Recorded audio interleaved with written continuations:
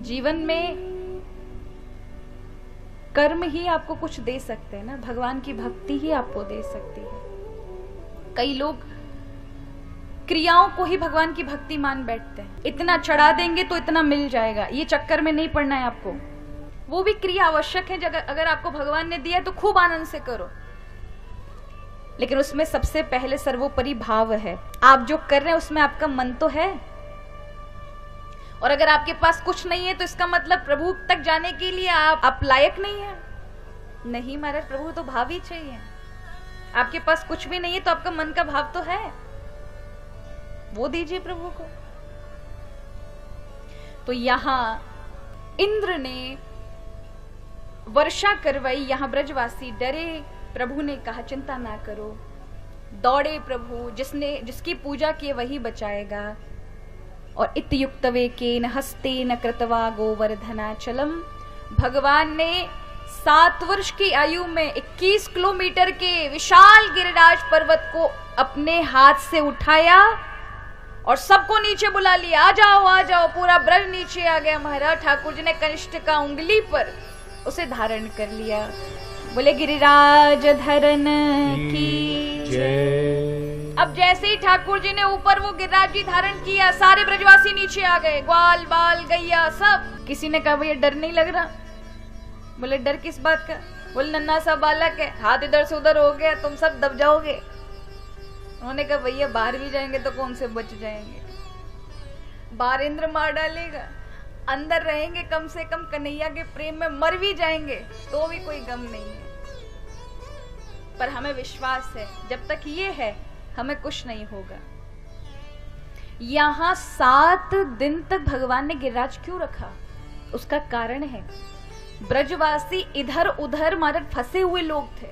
तब प्रभु दिखाना चाहते थे इन 7 दिनों तक कौन तुम्हारी रक्षा करता है, और अंत में तुम यही पाओगे कि मैं ही तुम्हारी रक्षा कर रहा हूं। 7 दिन लगे महाराज ये पहचानने में कि जीवन की रक्षा यदि कोई करने में समर्थ है तो वो केवल कन्हैया ही है। सबको बुलाया ब्रजवासियों ने, क्योंकि अभी लाला की दृष्टि थी ना, बेटे की दृष्टि थी, इसलिए अरे बेटा है, या को हाथ दुख जाएगा, अरे माई कुल देवी तुम आ जाओ, तुम ही रक्षा करो हमारी, फलाने देवता तुम आ जाओ, तुम भी आ जाओ, तुम भी आ जाओ, तुम भी आ जाओ। अब जो कोई नहीं आया ना हमारे, जो सबको पुकारते हैं, एक को नहीं पुकारते, वो हमेशा खाली रहते हैं। जैसे गजेंद्र था, उसने सबको पुकारा, जो हाथी था ना, मगर ले गया था उसको पानी में, कथा आती है भागवत में 8वें स्कंद में। तो सबको पुकारा, गणेश जी को पुकारा उसने, गणपति बचाओ।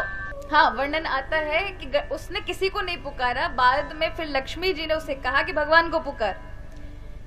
लेकिन एक बात हमेशा याद रखना, गजेंद्र की कथा से हमें ये पता चलता है कि जब वृद्धावस्था आती है, जब हमारा जोर काम नहीं करता, हम दूसरे के ऊपर निर्भर हो जाते हैं कि बेटा बेटी अब हमारी सहायता करेंगे। जैसे उस गजेंद्र ने फिर दूसरों पर निर्भर हुआ कि मुझे मेरी पत्नी बचाएं, और उसके उपरांत जब सबने साथ छोड़ दिया तो फिर भगवान के भरोसे आ जाते हैं ना, आते हैं ना। जब बेटा बेटी नहीं सुनते, अपना शरीर भी साथ नहीं दे रहा, फिर किसकी अर्ज होती है? ऊपर वाले की, भगवान तुम ही कोई चमत्कार कर दो, फलानी देवी मैया तुम ही कोई कर दो, मैया तुम ही कर दो। हम भी बुढ़ापे में पुकारते हैं, गणेश जी तुम आ जाओ। गणपति चलने को तैयार हुए, बातें पहले भगवान शिव जी को बुला रहे हैं, हे भगवान शिव आप भी आ जाओ। भगवान शिव ने सोचा चलो नंदी से चलते हैं, तब तक मैं हे नारायण भगवान आप बचाओ। कितने सारे जल्दी जगह बदल देते हैं महाराज। अभी बचाने ही जा रहे थे कि महाराज तुरंत महाराज वहां पर देवी जी को बुला लिया, फिर अपने कोई देवी देवताओं को बुला लिया। तो ये देख करके कोई भी नहीं आया कि जो जगह जगह का भिखारी होता है वो हमेशा खाली होता है। इसलिए एक को, उस गजेंद्र ने जब भगवान को ही पुकारा तो प्रभु दौड़ पड़े। उसी प्रकार यहाँ सब ब्रजवासियों ने सबको पुकारा, जब कोई नहीं आया तो अंत में देखा केवल कन्हैया ही है जिसने हमारी 7 दिन तक इस इंद्र से रक्षा की है। आपस में चर्चा का विषय बन गया। जब ठाकुर ने ये गिरिराज पर्वत उठाया ना, सब ब्रजवासी महाराज लग गए नीचे, सबने अपने अपने डंडे लगा लिए थे, और भगवान उंगली लगाकर बैठे थे। तो उनको लगा कि भैया ये नन्हा सा बालक है, हम सब डंडे लगाकर या गिरिराज जी को धारण करके बैठे हुए हैं। नंद का छोरा पूरे पत्रकारों में कवरेज को काम कर रहे हैं, तो इसी को लोग फोटो ले रहे हैं और किसी की ले ही नहीं रहे। हम यहाँ लगे हुए हैं। ऐसा होता है ना महाराज, कई बार कोई भारी वस्तु उठानी पड़े तो अगर 10 लोगों को उठाना है तो उनमें एक आध कोई कामचोर होता है जो हल्का सा हाथ लगा देता है और लोग कह जोर लगा के हाई से, और वो कह जोर लगा के हल्के से हाथ से। तो ग्वाल बाल सोच रहे हैं हम तो मेहनत कर रहे हैं और ये जो एक उंगलियां लगा के खड़ो है ना, ये हल्का काम कर रहा है। पर देखो लोगों की दृष्टि इसी पे, नेक्स्ट इसी उंगलियां लगा करके अपने आप को क्या समझ रहा है। भगवान मन ही मन सोचने लगे, भैया अभी तुम्हें ये अभिमान है कि तुम चला रहे हो, या तुम इसको पर्वत को उठाए हुए हो।